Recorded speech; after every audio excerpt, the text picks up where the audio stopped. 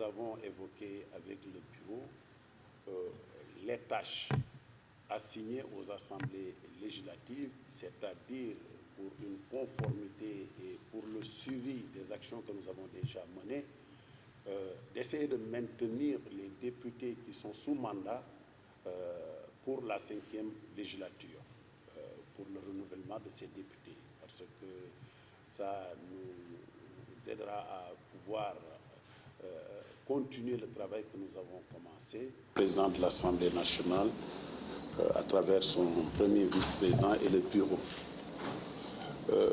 Je voudrais tout simplement dire que nous étions venus pour une visite de courtoisie, mais recueillir les conseils, les suggestions et remarques de son Excellence le Président Kaboré, qui est membre de la conférence des chefs d'État et de gouvernement de la CEDEAO. Donc nous travaillons sous la direction de la conférence des chefs d'État. Donc chaque fois que nous foulons le sol d'un État membre, nous avons l'obligation de rencontrer le chef de l'État et les institutions pour échanger des questions brûlantes de l'heure.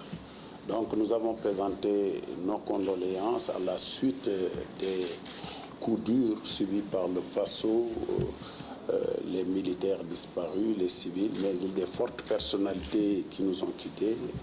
Et nous avons exposé aussi les motifs de notre voyage et nous avons parlé de notre plan stratégique que nous déroulons pour la 4e législature 2016-2020 et les préoccupations du Parlement, en commençant par le renouvellement du Parlement pour la 5e législature qui bien évidemment se fera au mois de mars prochain, mais aussi du respect, comme je l'ai dit, du quota des femmes de 30% pour les délégations que les États vont envoyer.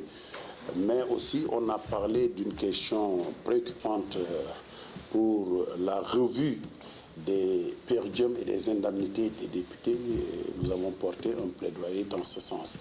Donc voilà en substance les questions que nous avons discutées avec le chef de l'État, mais qui nous a bien accueillis et a reçu avec beaucoup d'attention les préoccupations du Parlement et je pense qu'il en fera bon usage. Donc il nous a promis de faire tout ce qui est en son possible pour donner des orientations en vue de pouvoir répondre à l'attente des parlementaires. C'est ce que nous sommes venus faire et nous remercions le chef de l'État de nous avoir accordé cette audience avec une oreille attentive. Merci.